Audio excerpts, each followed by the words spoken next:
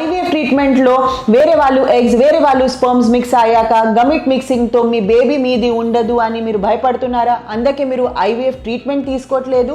So మీకు అయితే ఒక మాట చెప్పాలి అంటే ఇది టెన్షన్ మైండ్లో, గమిట్ మిక్సింగ్కి టెన్షన్ మైండ్లో పెట్టడం అవసరం లేదు. మోడర్న్ టెక్నిక్స్తో ఎలక్ట్రానిక్ మానిటరింగ్ సిస్టమ్ అంటే ఆర్ఐ విట్నెసింగ్ సిస్టమ్ ఉన్నప్పుడు ఈ గమిట్ మిక్సింగ్కి ఛాన్సెసే ఉండదు. ఆర్ఐ విట్నెసింగ్ సిస్టంలో ఏం చేస్తాము అంటే కపుల్కి ఐవీఎఫ్లో రిజిస్ట్రేషన్ అయినప్పుడు ఒక బార్కోడ్ జనరేట్ చేస్తారు.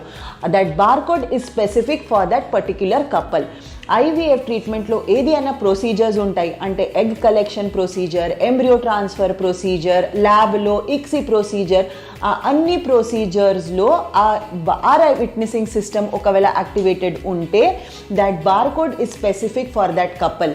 ఇంకా ఈ ప్రొసీజర్స్ ల్యాబ్లో నడుస్తాయి, ఓటీలో నడుస్తుంది, అప్పుడు మీకు ఒక కార్డ్ ఇస్తారు. ఆ కార్డ్ మీద మీ బార్కోడ్ ఉంటుంది. డెఫినెట్గా ఆ కార్డ్ యూజ్ చేస్తారు. సో ఏంటంటే మీ అన్ని dishes, test tube, microscope will be tagged with your barcode.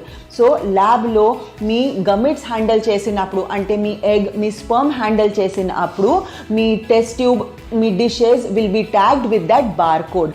ఇంకా ఒకవేళ ఆ కార్డ్ ఆర్ఐ విట్నెస్ స్లాట్లో పెట్టుకుంటే your barcode is activated and మీ గమిట్స్ హ్యాండిల్ చేసినప్పుడు ఆ బార్కోడ్ యాక్టివేట్ అయిపోయింది అంటే there is no chance of gamete mixing.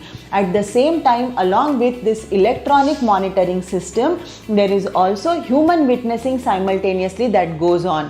So ఈ డబల్ విట్నెసింగ్ ఉన్నప్పుడు మీకు గమిట్ మిక్సింగ్కి మైండ్లో ఈ డౌట్స్ పెట్టడం అవసరమే లేదు. సో అందుకే ఆర్ఐ విట్నెస్ సిస్టమ్ ఉన్నప్పుడు మీరు అయితే ప్రశాంతంగా అది పీస్ఫుల్ మైండ్తో ఐవీఎఫ్ ట్రీట్మెంట్తో ప్రొసీడ్ అవ్వచ్చు, ఇంకా ప్రెగ్నెన్సీ ప్లాన్ చేయొచ్చు.